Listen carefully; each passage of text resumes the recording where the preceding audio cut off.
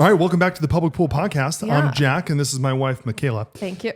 We're married. You look absolutely stunning today. Thank you. Okay. I'm a little tan today. We got some color, and then I got my regular spray tan. I was like, "Oop, that turned out darker because I had a little bit of color." So, what color is the top you're wearing, or is it a dress? What color are your clothes? what color do you think it is? I don't want to guess. It could not be more clearly one color. Orange? Red. I'm colorblind. This is. It's like this is the brightest red. I guess I can see in the camera with the cup. I know that's red because that's the Washington Nationals. Well, you look stunning today is the point. And if you're a listener, go to YouTube because my wife is hot as hell. I also look pretty dang good. Yeah, you and your Kansas City Power and Light t-shirt. Power and Light District. Yeah, Power and Light District. I wasn't sure if I actually wanted to get this one because I'm not like I like to wear more subtle colors. Yeah, because you're a very subtle boy. I'm very subtle. And I mean, I'm wearing a gray hat. Like it's gray. And they only had this one in my size. And you know what? I'm happy I did. No, it's good. We just came back from our 9-day long trip from Turkey. Yes. So we might not speak the best because honestly, okay, neither of us have ever traveled that far in our entire life. Not even close. Yeah. So we've never experienced true jet lag this before. I always knew jet lag, but our biggest jet lag is when we go from the west to east coast. I would compare it to this. So we're going to go back into the history of space travel, space exploration. The furthest trip away from Earth were the moonshots, 250,000 miles. Okay. The next furthest ones are 800 miles. Yeah. The difference is insanity. It's insanity, yeah. But I mean, if you think about it too, it's why would you go 30,000 miles? Yeah. What's the point of that? But that's neither here nor there. This was our moonshot where it's the furthest we've ever gone is 800 miles. And all of a sudden we're on literally the other side of the earth. Yeah. And by the way, the reason why I've realized when we came back, I'm kind of speaking a little bit of broken English. Yeah. Because I got so too. used to being yes, coffee, please, and thank you. Yes, we were in Turkey where obviously at the hotel or whatever, there was some people who could speak English. To an extent though. And so it was a lot of us not talking the way we normally do. Yeah, so it was very us trying to be one word, yet so we could understand each other better. Trying to do the English 101 words as well. Yes. Yeah, you're so right. Yesterday you went to McDonald's and you were I feel like everyone's waving at me, right? And I felt like it was in the Truman Show. Yeah. I really did. Where all of a sudden it's in the Truman Show where Jim Carrey, if you haven't seen it, he's a this is the premise, not a spoiler. Yeah. He's basically in a big dome and there's a whole reality show where he's the main character. He has no idea. Everyone else is just an actor. And as he's walking down the street, it was hey, Truman, how you doing? That's how I felt yesterday. Yeah. And then you pointed out, no, we're just back in America where people are a little bit kinder to strangers. Yeah. And everyone's kind there. But it was just we couldn't talk to people the way we normally do because we're we like to chit chat. And so it was weird not being able to small talk with people. Yeah. That was the weirdest part, I think, about going to a country where we don't speak the language. Yes. And also it was hard because it wasn't a country where we could figure out the language easy, kind of easier. Very because difficult it's language. At least it's you took Latin. So it's you can, there's the languages where you're you can kind of figure out what words are. And then I speak a good amount of Spanish. So I'm I could get us around in a Spanish speaking country. It was weird to be in a country where we couldn't really guess what the words were easily. Not even close. It was hard. We were trying really hard to look up hello, thank you. Yeah. We were practicing with the translator app so we could say thank you to people. And it was we couldn't say the words right. The word for thank you is Uh-huh. And it's I just can't get that down. They also, very friendly. I'd say zero fluent in English people. Yeah. There was not one person who was absolutely fluent, which is totally fine, by the way. Oh, I mean, it's not. There's just as an American, we expect the world to cater to us. So, and I think we've earned that respect a little bit too. By the way, and you can say I'm, the ugly American, or whatever. It's what it is. I expected a lot more people to be sir, how are you doing? And then I find out that they speak Turkish as well, and I'm very impressed. But yeah, and we would go. We were right next to this mall, and I would go to the mall every single day to pick up stuff. Yeah. And the funniest thing was I was buying chargers for our phones because they have funny plugs there. And the person was like, "What's your name?" And I said, "Jack." And they spelled it out, CHE like XK. Yeah. And they were like this? And I was like, yeah. Yeah. That's Jack. It's Czech. Yeah. I love it. Phonetically for them, like that's how they would have spelled it. Yeah. It was interesting. It was interesting. Yeah. But we are, holy crap, we are on another level right now. It's just jet lagged. Yeah. I feel like the past 2 days we've been being like, how can we stay awake? Yes. Like last night we were like, we had to go to Korean barbecue so that way we would stay awake past 6 p.m. Which is the perfect restaurant to go to, by the way, if you're trying to stay awake, because you have to be active. You have to cook your food. Yeah. If you can't just sit there, you can't just fall asleep, and you can't just do it like lazily. There's a fire in front of you. There's I have my raw meats. I have to cook my meats. It was, but yeah, even right now, I don't know about you, I have a splitting headache right now. Oh yeah, I've had a headache for days. Yeah, I'm just used to it. Yeah. We man, the flights alone, I never thought I'd actually be on like a flight that long and not be like, I'm gonna get the crazy seats or whatever, like the lay down seats. But we survived. We, 13 hours. Yeah, 13 hours. There wasn't bad because we had a row to ourselves. Yeah. And so I kind of like lay down for a little bit. I like put my feet on you. I took a little nap. It didn't feel like 11 hours there. No. Yeah, it was chilling. Both flights I actually loved because I got a lot of work done. And for me, I don't sleep really well. So like I can't just like close my eyes and fall asleep. Mm-hmm. I have to like really coax myself into it. So it's really easy for me to stay awake. So I had no problem staying awake throughout the flight. And I loved it. I played this one tower defense game, which is the nerdiest shit ever. I watched the Monsterverse movies. Yeah. I didn't watch any movies. I literally just never watch movies on a the plane. No, I don't know why. Every now and then it concerns me. I'm like, are you okay? So no, like, because I used to be like, oh, I'll download like shows to my phone. Yeah. I don't know why. I'm just weird. I think I planned on it and I just didn't end up doing it. It just was kind of like whatever. Because I think I knew, like in my head, I was like, I'm trying to pass time. Mm-hmm. And I would have felt weird being like, that only killed 2 hours. There's still so many hours left. Isn't there a certain aspect too of, and I've noticed this with everything, just watching a movie can't kill time for me if I'm not on my phone as well. Yeah. No, I need my 2 screens. Are you kidding me? I need 2 screens. I need at least a minimum of 2 screens. 3 if we're talking about my comfort level. I'd like 3 screens. And I did have 3 screens on the plane. Yeah. God, I'm ADD. Speaking of which, I'm over Pedro Pascal. Yeah? Yeah. Why? Because everyone's jerking the guy off. It's okay. So, I love him. Okay, as does everybody. I know I'm the outlier here. You're wrong. You just like to be a hater. No, it's a little bit much. It's apparently he is literally Jesus Christ. His new photo shoot? I didn't see the photo. Was there a photo from Jesus Christ? Well, no, I was just gonna say his new photo shoot. He just did. It's pretty good. It's a pretty good photo shoot. I'm sure. I forgot for which magazine, but the headline was "Everyone wants a piece of Pedro." You know? Yeah, apparently they do. Like literally, I opened up like Twitter or whatever, and there's always a story about him, and it's always like, I can't believe it. Like it was there was a whole article about how he rescued this dog. He literally said he said, "She saved me." She saved him. What are we doing here? Sue him for being a good person. Okay. I don't believe it. Nobody's that good. I think he's just a normal guy and everyone's just like, wow, we love him. And he's just kind of there. Robert Downey Jr. said Pedro Pascal's rise to fame reaffirms his faith in humanity. What the fuck are we talking about? Maybe he's just a really good guy. He's an actor. He's an actor. So? He acts in things. He reads other people's lines. But he's really good at it. So there are a lot of people. Yeah. So is Kevin Spacey. You know? Like, you can't bring up Kevin Spacey every time. They have the same job.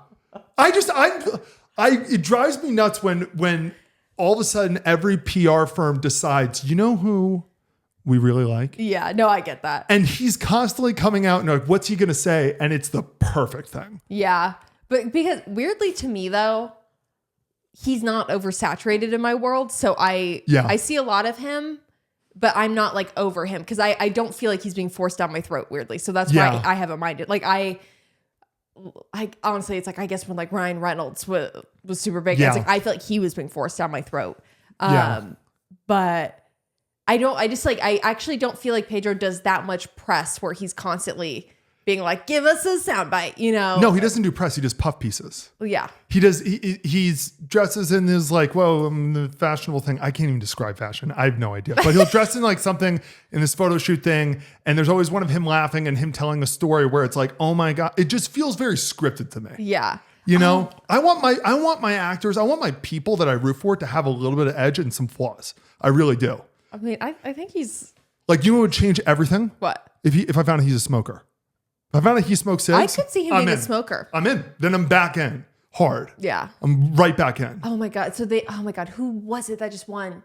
But he wouldn't be a smoker. He would be anti-smoking. That's my point. There was one of those Pedro Pascal lookalike competitions. You know how they keep doing those? Of course. Yeah. The guy who won was someone's like sound guy. Like he was like Seth Meyers, like sound guy, or like something like that. It was like, oh my God, who was it? But it was like one of the late night guys, like one of their crew members went, and it was like he won the competition. Looks just like him, but in his normal day-to-day life doesn't. Like it's weird. Yeah. But they like put him kind of in an outfit with glasses on, and it looked just like him. I saw the pictures from the lookalike contest. I then vomited in the bathroom. Oh my God. I'm kidding. But such a hater. Because people like something doesn't mean you have to hate it. It's not. You are such a I don't like something because it's cool person. You have turned it. I know. Well, first of all, I haven't turned that way. I've always been that way. No, you but haven't. I'm not. No, I've always been this way because it's not the I don't like something because it's cool. Because other people like things. I don't like it when everyone decides one celebrity is Jesus Christ. I'm like, this guy's literally an actor. He just reads lines. Like, and just every day there's a new thing. And here's the thing. I know I'm the bad guy. I know I'm annoying about this. It's okay to just be like, we like this person. I guess sometimes we need a couple people to unite us. Yeah. I don't know. I just like literally, it's like the scene in Friends where Phoebe meets her like real mom and they're trying to figure out like if they're similar, and the real mom's like, puppies, like him or hate him. And they're both like, love puppies. Oh my gosh, we're so alike. Yeah. Like that's what is happening right now, where like every day I see a new post where it's like Pedro Pascal loves puppies. He loves puppies. I'm like, if you're like, oh my God, he's just like, why is he the greatest? He should run for president. I'm like, we know nothing about this guy. Yeah. He's very new. He's a great actor. I love every movie he's in. Yeah. I love every show he's in. Uh-huh. And he's actually like really good in those shows. I just wish I had a little bit more edge. Isn't there the stat where it's like he hasn't been anything like rated below? Yeah, because he's fucking perfect apparently. Yeah. What are we doing? Well, I think he's good at picking roles. Like honestly, a big swing that paid off was the Unbearable Weight of Massive Talent. Unbelievable movie. Because that movie could have been so bad. And he's one of the best parts. I'm not saying he's not good. No. I'm not saying he's not a good guy. I'm just saying smoke some cigarettes or like call someone some minor racist term. Like call an Irish guy a Mick or something. Do that. You can call me that and all of a sudden I'll like you a little bit more. Just have a little bit of like, sting to it. Just a little bit. You just need like a little something, something. Because right now he feels like AI. Yeah. The guy we're all supposed to like. That's how I felt about JoJo Siwa when she was like, I'm a bad girl. I was like, do something bad. I want to see it. Well, she did something bad.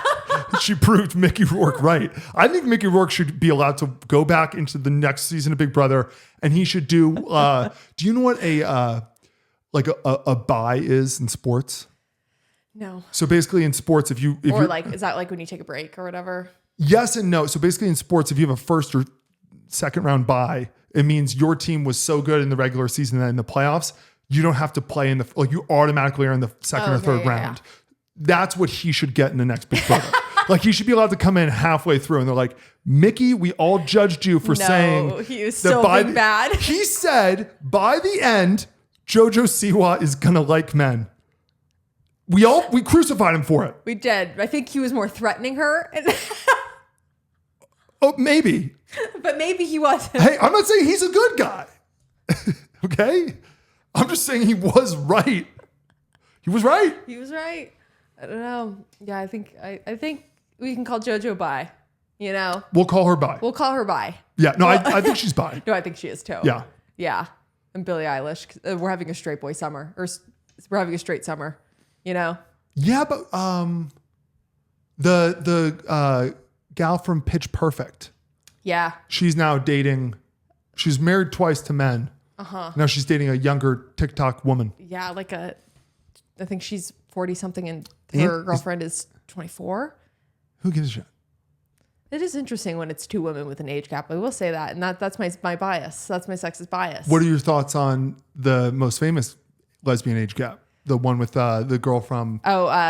Sarah Paulson. Sarah Paulson and her wife. Who is, I forget her name, but she's very recognizable. Because that's like a 40-year age gap, right? Yeah, they have a huge age gap. They do the thing though where they don't live together. They they live separate lives, but they're together. I feel like that's super common, or is more common for long-term lesbian relationships, right? I think so too. Right? Yeah, because I think they're we're cool with partners, and we don't have to be on top of each other. We can just be besties. Who cares?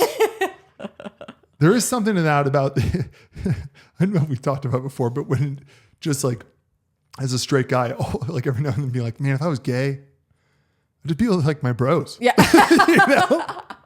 All the time. I know. I remember when I was trying to convince you, everyone's a little bit bi, and you were like, I wish. You're like, that'd be awesome. Yeah. There would be, if I was bi, that'd be the greatest thing in the world. It's literally, we made a whole sketch about it. Yeah. They're herbivores or they're omnivores. Yes. Why do you want to be a carnivore or herbivore when you can enjoy everything? Everybody should want to be able to enjoy everything. I want to be able to enjoy Pedro Pascal. I do. I do. But I just feel like he's going to be on TV telling people that they should wear helmets when they are on motorcycles. I'm like, why do you have to do that? Because they should be. I'm very, very passionate about wearing helmets. I want to find out. I just have one DUI. Yeah. And it doesn't even have to be now. Make one up in your past, and all of a sudden I'm back in. You're back in. You just need one edge. Yeah. I bet he has an edge somewhere. We can find it. Everyone does. Yeah. It's just hidden right now, and that's why I can't jump on board. I was going to bring up when we were talking about our flight. I was like, we met our son. We did. On our little Iranian boy. Do you remember his name? No. I don't think he ever introduces himself to me. He has with the E or an I. Either way, I wouldn't say his name on the podcast, but there was, so the way there, we had our whole world to ourselves. And then the way back, we had a full flight. And I was we're like, oh my God, we have to sit next to someone. Yeah. Best case scenario, it was a 10-year-old boy. It's literally the best case scenario you could ever have. As we approached the seat, a flight attendant stopped us and said, little boy's flying alone. Are you cool? Kind of helping him. Yeah. Obviously we said, of course. Of course. And I was like, I have a very maternal instincts towards this little boy right now. Yes. Yeah. He was our child. We kept referring to him as our son because there was many other children on the flight and they were acting up and we're like, not our son. Our son's well behaved. There was something funny too, darkly funny too, an hour into the flight, he asked us some questions and all of a sudden we realized he speaks perfect English. He lives in the US. Because I didn't know at first. Yeah. And I just heard you talking to him and he's like, oh yeah, I'm fleeing Iran. And I was like, oh no. And I was like, oh, this took a dark turn. No. I know. I was like, oh no.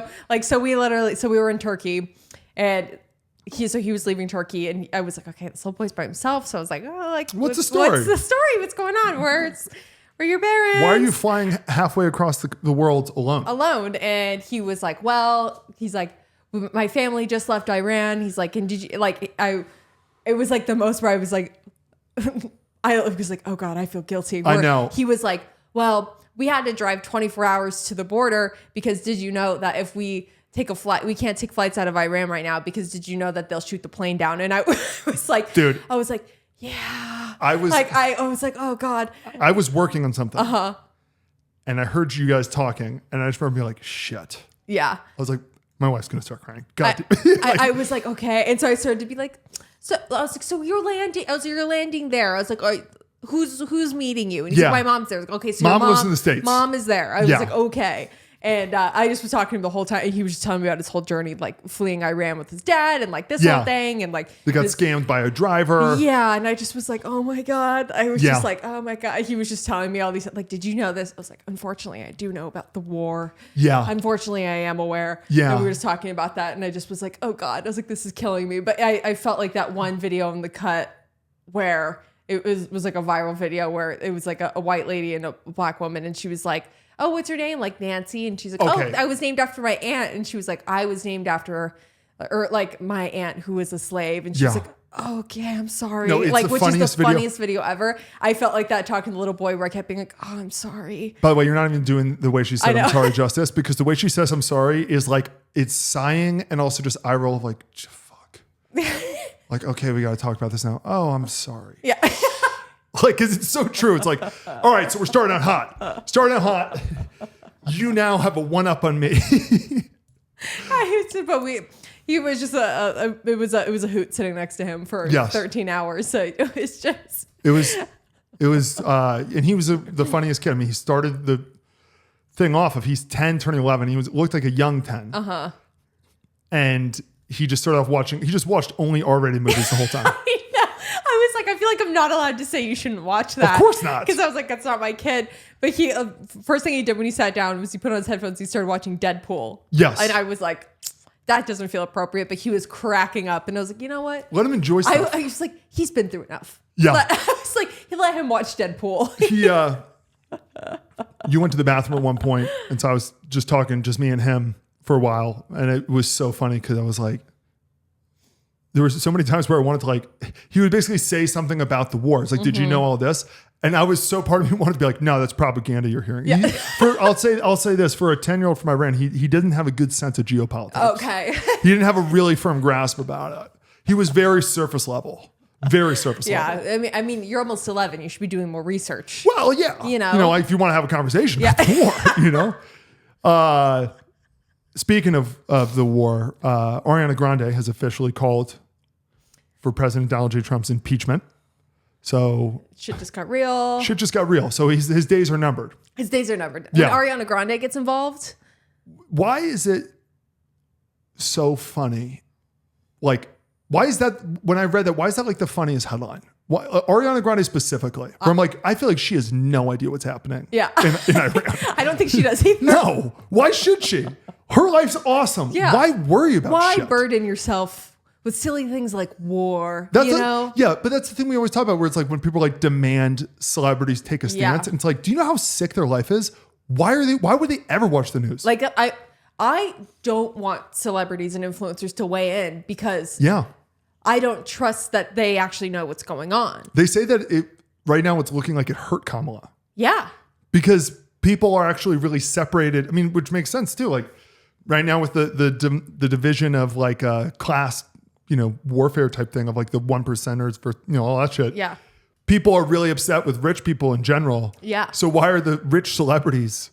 Why are we asking them? Yeah. I would like our politicians to have some straight answers. That'd be nice. I would like to get some answers from them. Yeah.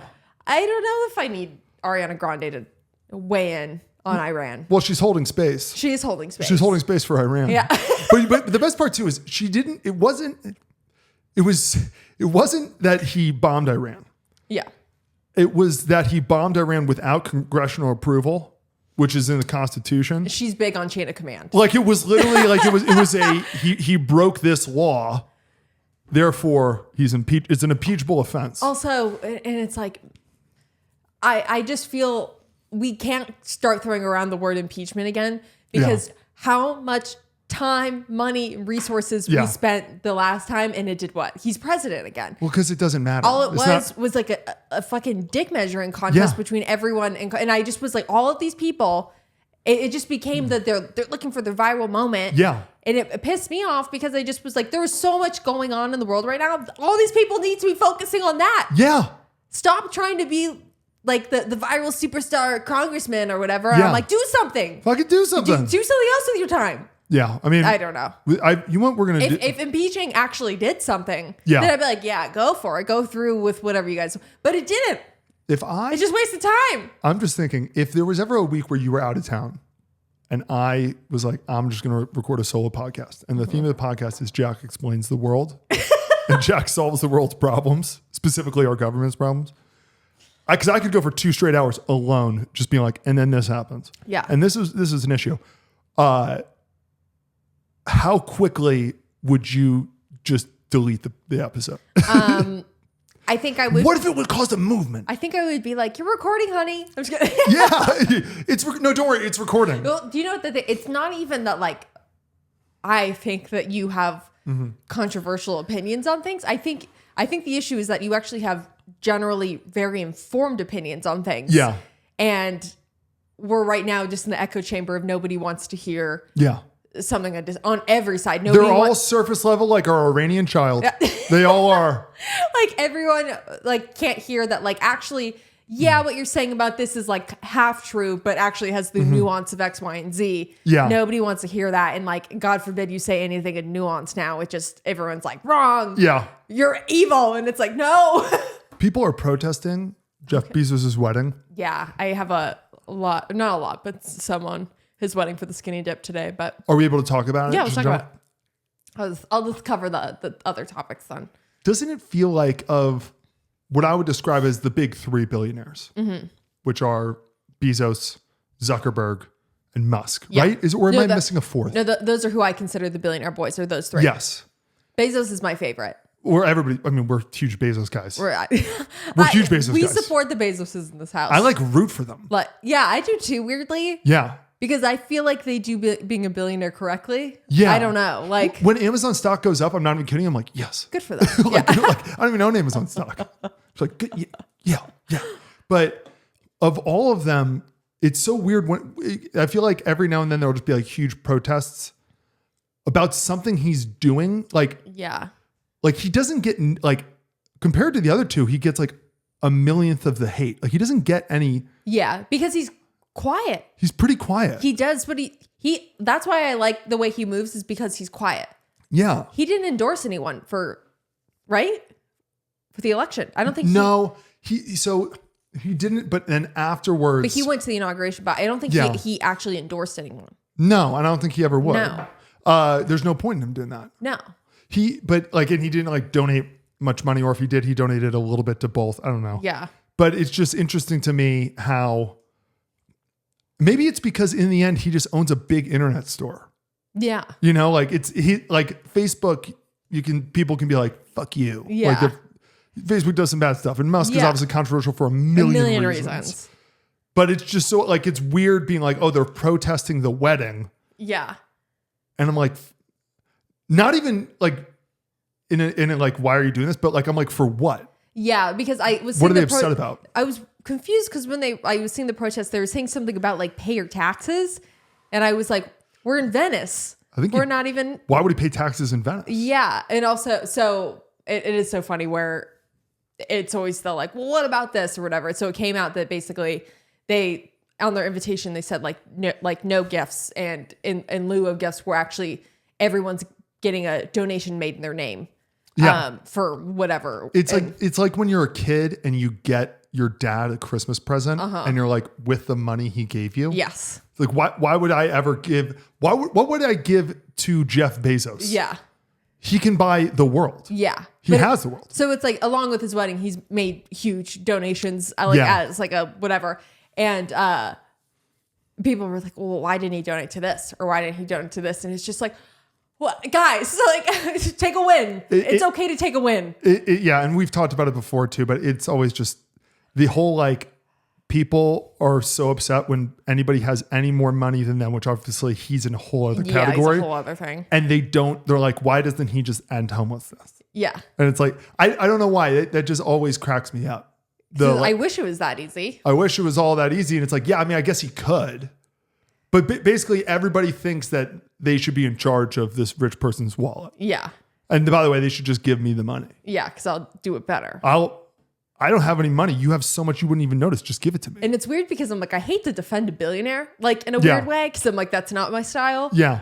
But like, and it is weird too how like my opinion on like the three billionaire boys has like really changed over the past couple of years. You're a huge Musk head.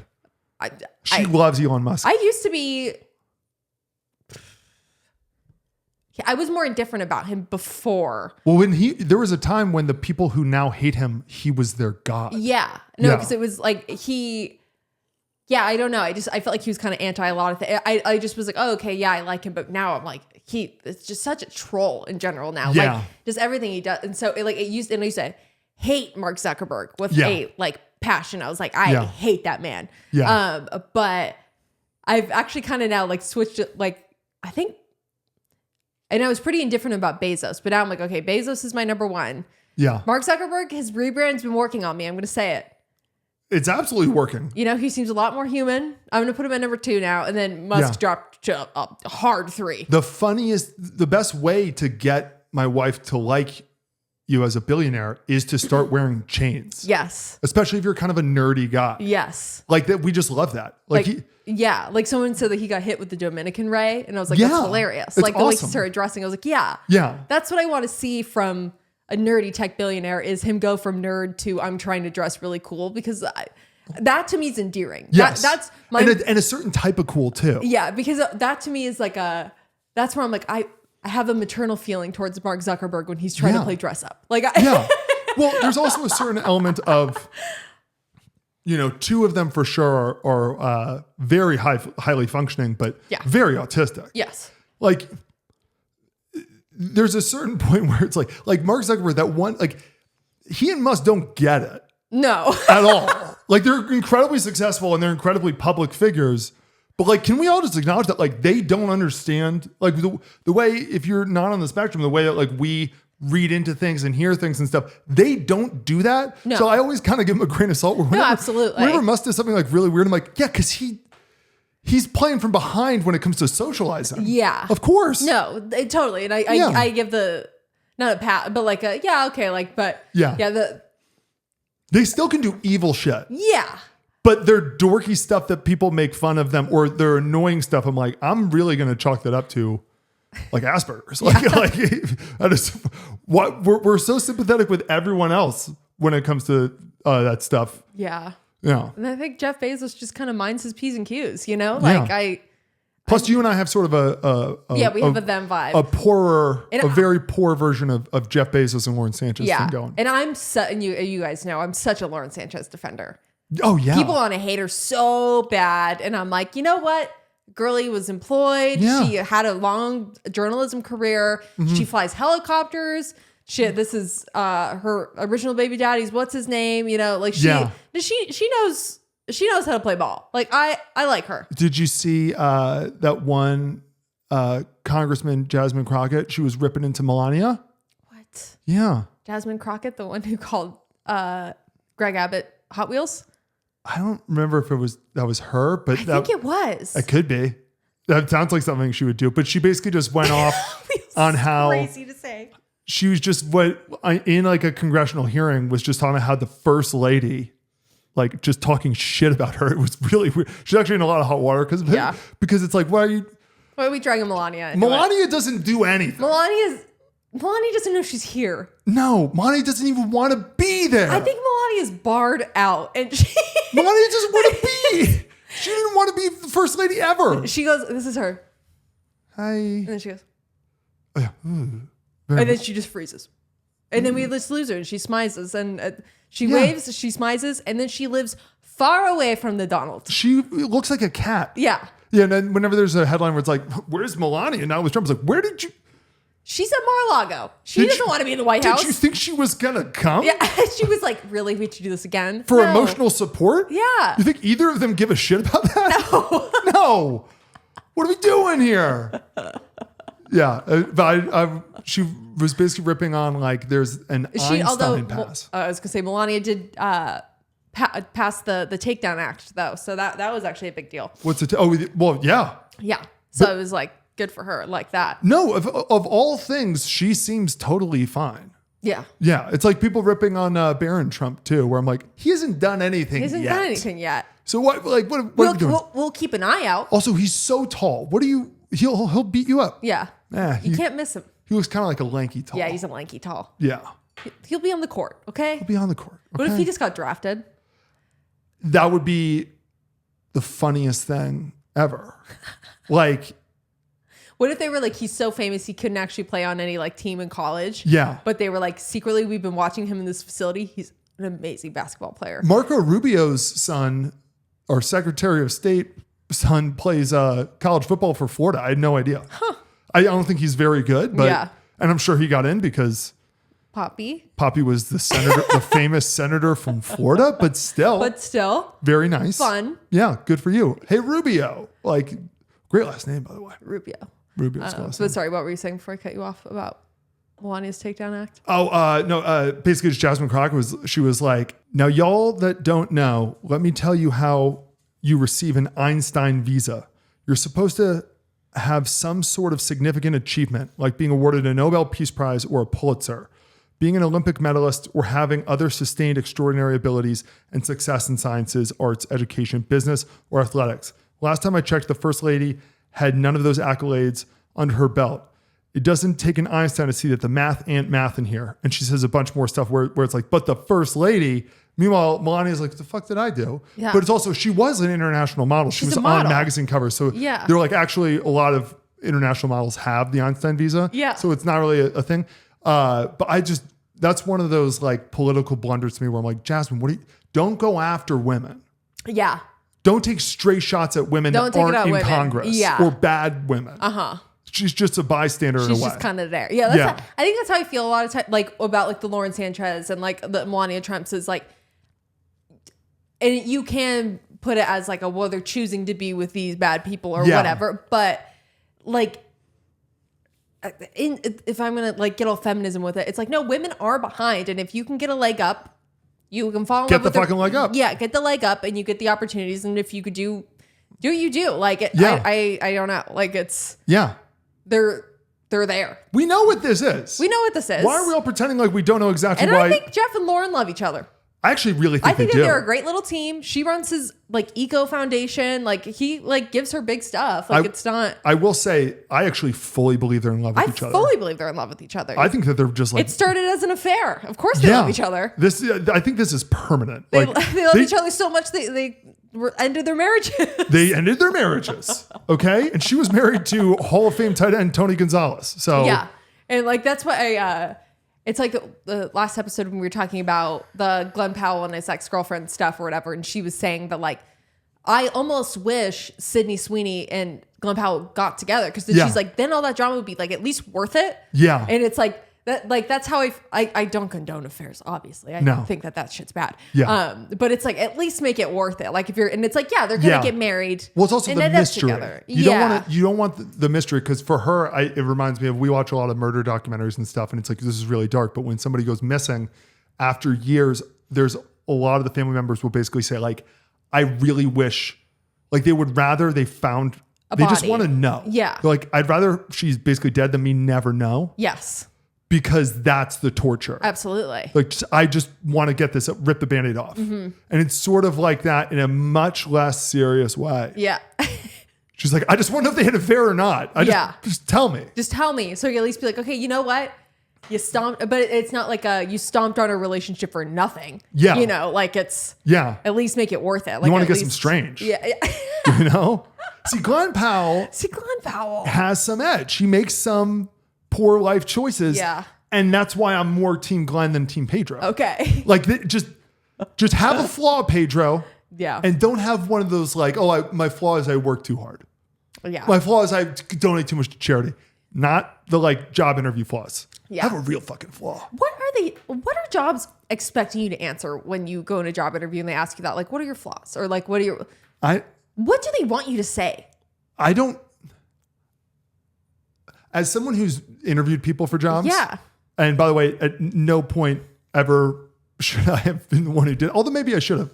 I could tell just after like the first minute, I was like, okay, you seem good. Yeah. Or bad. It's whenever I asked anything like that, it was always more, I want to see how they talk, how they answer questions. Uh-huh.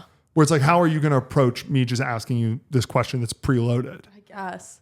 Because I've never known like what to say for those. Yeah. Cause there really is no like, I've answered that question too. I forget how I answered it, but I gave them like a real flaw. Yeah. I was like, no, actually this is an issue I have. Yeah. Yeah. I'll get worked up about stuff. Uh-huh. I'll hyper focus on things and I'll be like, no, but I'm not saying it as like a compliment. Like I will hyper focus on something that is a waste of time. Yeah. And I'm working on trying to not be as like this one, when I'm editing, this one frame doesn't actually matter all that much. Yeah. But to me, it'll become the most important thing. And I'm like, hours go by. I'm like, what the fuck am I doing? Yeah. Cause I want to say like I've said before that like I can be competitive. Like and not in like a like home competitive, but like it's like no, like sometimes being competitive isn't a great thing. No, you can be a little petty. Yeah. A little jealous. And it's like no, because it's like I do kind of have a competitive nature. Yeah. Which is good in the end. Which is good, but also sometimes isn't great for teamwork. Yes. Yeah. No, it's not. You're more Kobe. You're kind of a Kobe Bryant type. That's what they always say Less about me. of a Chris Paul. I'm so not a Chris Paul. I'm so a Kobe. You're such a Kobe. Yeah. You're such a freaking Kobe. The NBA draft was last night. You know how every time there's a draft, I'm saying you know how, like, but every time there's a draft, there's always like one or two women who end up being like kind of trending because they're like, you know, the guy gets drafted and he kisses his wife or his girlfriend or something like that. Yeah. And if she's smoking hot, she trends. Yeah. Last night, it was a player's mom. Ooh. Dylan Harper, who was the second pick. Show me this MILF. Yeah. His mom. His mom, everybody's like, dude, you see his mom? And his mom, well, his dad was an NBA player. And his mom, like, this is not really doing it justice. But basically, like, she's just kind of like, and that's his legit mom. It's not like his dad's new wife. That's a hot mom. Yeah. And she, by the way, isn't like, his dad was an NBA player. And it's not like, oh, he married like some like just really hot like model he met or something. No, she was a legit professional basketball player, women's basketball player. Now she's a college basketball coach. Like, she's like a woman. She's a woman with a job. Yeah. She's not just some eye candy. Yeah. Yeah. Hey, but women have layers. Some do. Melania, you to an extent. Do you want to do sports gossip? Yeah, girl. Okay, are you ready for sports gossip? Hit me, sister. Okay, so I'm going to start prepping you for college football because college football is like really confusing. Yeah. It's like significantly more confusing than like the rest of the leagues because it doesn't make any sense. And before I even start to dive into like why it doesn't, that's too big of a question as well. So we're just going to start with the conferences. Okay. Now there are 10 conferences in Division I college football. All right. Okay. And the easiest way to think about them is to think about them like they're the tables in Mean Girls. Okay. Okay. So each table is a different conference. So first you have your 5 out groups. Okay. You have the freshmen, the stoners, the desperate wannabes, the girls who eat their feelings, and the girls who eat nothing. All right. Those are the Sun Belt Conference, the MAC, the Conference USA, the Mountain West Conference, and I'm missing one, the AAC, the American. Okay. Those conferences are called the Group of 5. They're the out groups, all right? They're the kind of the smaller schools. They're the schools where it's like they never really compete. So every year, one of them, like the best of the Group of 5 of those conferences will get a chance to like, you know, they'll be like nominated for prom queen essentially. They'll go to the playoffs, but they lose the first round every time. It's more like a Make-A-Wish kid thing where they're like, they're undefeated because they beat shitty teams. Yeah. Okay. But then you have the popular kids.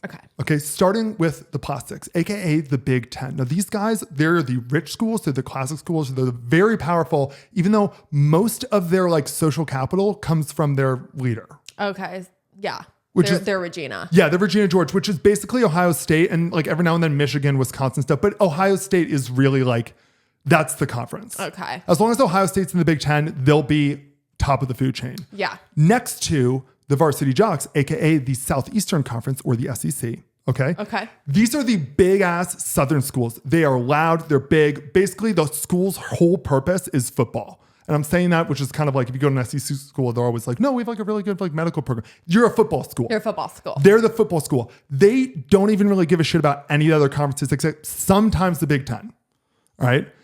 So the top of the food chain is the Varsity Jocks and the Plastics, the Big Ten and the SEC. Okay. Then you have the JV Jocks, which is the Big 12. Okay. Now these guys are the popular kids. Sometimes very good like teams come out of the Big 12, come out of the JV squad.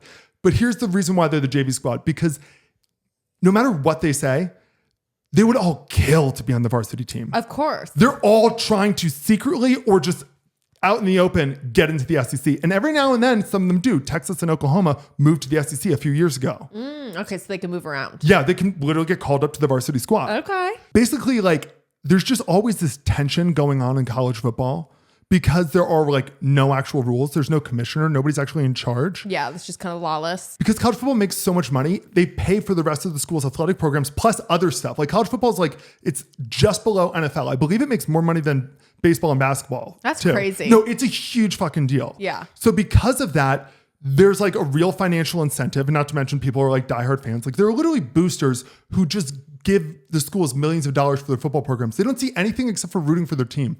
I don't understand it. That's crazy. But in a way. But I guess if you just have money.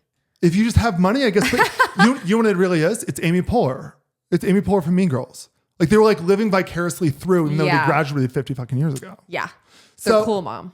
They're the cool moms. The boosters are the cool moms. The boosters are the cool moms. And then finally in the popular kids, you have your preps, aka the ACC. These are the private school kids. They care a little bit more about like education than the rest of the schools, but they're football schools as well. Like they go to the parties, even though they're a little bit more academically centered or whatever. Yeah. And then finally, we have the reason why there's so much like hormonal tension in this lunchroom at all times. Okay. And that's the Pac-12. Okay. Because college football teams, like high school students, are just a bunch of hormonal bitches. Yeah. They're all backstabbing. Like they all will say like, oh my God, we're best friends forever. But they would ditch their besties in a heartbeat if it means they get to move up to a cooler table. Yeah. And that's what happened with the Pac-12. Okay. A few years ago, 3 of their coolest teams, like their 3 most popular teams, decided to join the varsity, a few years ago, their 3 most popular schools, USC, UCLA, and Washington, moved up to the plastics. They joined the Big Ten. Yeah. That caused every other school to just panic. Yeah. Because they're like, holy shit, like this whole thing's falling apart. So some of them, went to Banana Republic and they picked up a bunch of like pink polos or whatever, and they joined the ACC. They joined the preps. Yeah. Some of them tried out for the football. Some of them tried out for the football team. They made the JV squad, so now they're in the Big 12. 2 teams were left out. Okay. They became the Pac-2. And it's so funny because everybody was like, they're the Janice Ian. Like, they're Janice Ian and Damien now, sitting at their own table. Used to be cool. Everybody's kind of looking at them, kind of like being like, I feel sorry for them, but let's make fun of them type thing. Yeah. Now they're the losers at the lunch table. And now they're trying to, at this point, like get other schools from the less popular groups to join their table. Yeah, they need a new posse. They're trying, and it looks like they're going to have one, but that doesn't mean they're in the popular kids anymore. Yeah. And it's just kind of depressing. That is. So that like the big fear too, just in general, is because even though the ACC, the preps, and the Big 12, the JV squad are popular kids, they go to the parties. The big worry in college football at all times is that the plastics and the varsity jocks are going to be like, you know what? Screw it. We're just going to create our own league and only play each other. Yeah. And it's for a number of reasons. Of one, of like as a fan, you're like, no. We want to play. We want to compete for the championship too. Of course. And then also there's a huge money component of it because those guys make the most money. All the other college football teams are going to make shit. Yeah. And so the schools are like, shit, no. So there's just this constant panic. It's really dramatic. I'm really excited to tell you more about college football as we go. Yeah, because everything you've told me about college football has just always been so confusing. Because it is confusing. It just kind of seems like where they're like, well, they're the winners actually. Nobody's in charge. Yeah. Well, it used to be. Now there's at least like a playoff, and there's tons of drama there. But it used to be that every year multiple colleges would declare themselves the national champion because there was no playoff. So, like one like undefeated team that played shitty schools, UCF did this a few years ago, University of Central Florida. They went undefeated and they have a banner in their stadium, national champions, even though they only beat shitty schools. Yeah, it's kind of like how every movie that's coming out, it's always like, this is the number one number one movie in the country. Yes. And it's like, no. According to who? Yeah. According to what? Like, what does that even mean? So it's really dramatic. It's really fun. There's like way more spicy stuff going on than in like NFL. So I'm excited to get into it, but it's gonna take a few lessons before we can even start talking about it. We have to prep before it even starts. Yeah. Yeah. Okay. Welcome back to the Skinny Dip, the segment where I help you dip your toes in this week's pop culture news by giving you the skinny. Let's dive in. Okay, the first big headline is that Katy Perry and Orlando Bloom have officially called it quits after 9 years together and a baby. No! Before the confirmation, rumors started circling after it was reported that Orlando Bloom would be going to the Bezos wedding stag. Even though she's going as well. Yes, or is she not? She might not be. She might be touring. And so even though they're like girls, she might be missing like the actual wedding. Girl, you go to the Bezos wedding. I know, but it would also look really bad if she like canceled a date on her tour. I just feel like she went to the bachelorette party, right? Yeah, no, she's like basically like a BFF, but it's like I can see her not being there. Maybe she is. I don't know. I've been kind of... Maybe it's too awkward. Yeah. Probably no Orlando and Jeff are boys, you know? I could absolutely see that. They're both kind of quiet. Yeah. Both of them have leaked dick pics. Yeah. Okay. Speaking of the Bezos wedding, the celebration has officially kicked off in Venice, Italy, starting with some leaked paparazzi pictures of a foam party that was on a yacht. Ooh. And there's also been a lot of notable people coming into town for this wedding, including Kim Kardashian, Khloe Kardashian, Kris Jenner, Oprah and Gayle King, and Tom Brady. What a crew. A lot of people are expected to arrive to this wedding. That's the funniest crew ever. I want to sit at that table. I know. I'm hoping that like Tom Brady and like Oprah are next to each other at the wedding. I'm sure they're besties. I think they're besties. Yeah. Next, we have Taylor Swift did a surprise performance with Kane Brown at Travis Kelce's Tight End University event. Ooh. So she just did like a little surprise appearance where she got on stage, did a quick song, called it a day. Finally, that sets up hope for like all of the other events that Taylor Swift goes to where else like sometimes she might sing. She might sing. Because everybody's like, is she going to sing? I think the big deal about it is that like this is like the first like intimate performance she's done since the Eras tour. Like, you know, it was like she's been doing insane stadiums and like that's it. This is the first time she's been like, I'll get up on stage and do a song. For like 50 people. Yeah. Yeah. And speaking of surprise performances, at Beyonce's concert in Paris, Jay-Z actually joined her on stage. Fans were super excited. Almost the whole family was on stage. They were just missing their son. What's Beyonce's sister? Solange. Was Solange there? No, she wasn't. I think she has to stay away from him. I was going to say, yeah. Good for the Carter Knowles. Yeah. Actress Simone Ashley has continued to actually show support for the new F1 movie, even though her storyline was actually cut out of the movie by attending the new London premiere for the movie. And what I might say was one of the best premiere looks I've ever seen in my life. Kind of wasted on a movie that you were no longer in. That's why she's still promoting it. She's like, this dress is too good. Yeah, she's like, I gotta go. I look so fucking good. It's crazy. What am I? What waste this dress? Exactly. Yeah. I'm gonna show up. Yeah. Kim Kardashian is reported to star in and produce the new Bratz Dolls movie, and she's eyeing the role as the villain.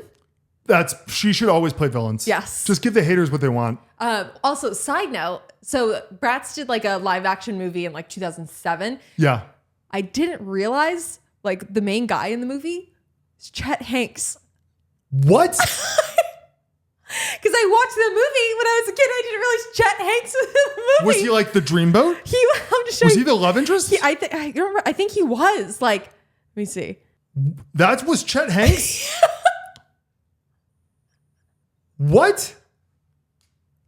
That's crazy. Isn't that crazy? Yeah. Bring him back in the Bratz Doll movie. I know. He should still be in it. I hope he's in the next one. Yeah. Speaking of Kim Kardashian, though, she did give us a little bit of a Rob Kardashian spotting in her birthday post to Lala Anthony. She posted a selfie of the three of them. That's the first time we've seen Rob in a minute. I know. He's like the Yeti at this point. I know. Every time I see him, I'm like, where's Rob? Is he on Ozempic yet? Yeah. Is he? He did look like good. Like, I think he's definitely losing weight, but like, I kind of was expecting him to like pop out like post Ozempic. And be like, look at me now. Yeah. I'm kind of surprised that hasn't happened, but I also feel like maybe just for him, he's like, I just need to stay out of the spotlight. I think that maybe that's just the move for him. You know what? Not everybody can be a Kardashian. No. And it was hoisted on him. Yeah. And we're rooting for Rob. Forced on him. Yeah. We're big Rob heads here. Yeah, we're big Rob heads here. Yeah.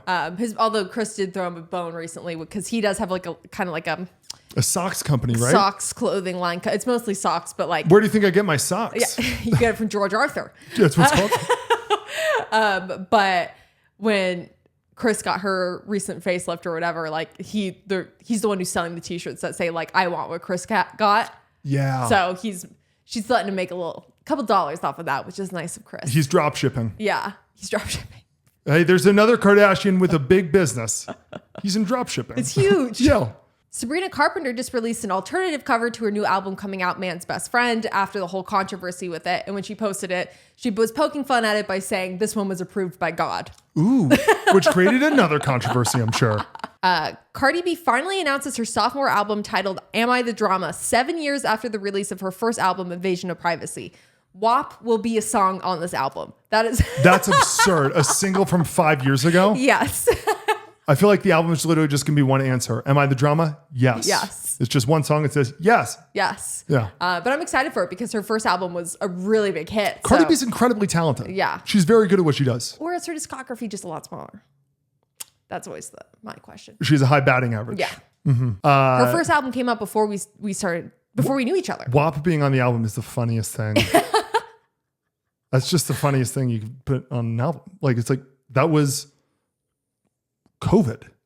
That was when everybody was initially in lockdown. Yeah, man. That's when it came out. Doesn't that suck that song came out during COVID? Because it would have been so fucking big in the clubs.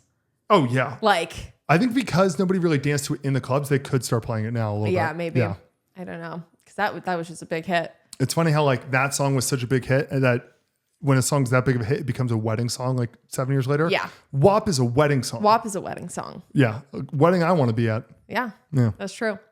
But yeah, do you have anything else? That's it, baby. I think that's it for the week. Thanks for bearing with us and being a little jet lagged. We're going to bring it next week. Yeah. Towel off, have a cocktail. Love you guys. Yeah, I love you guys. Bye. Bye.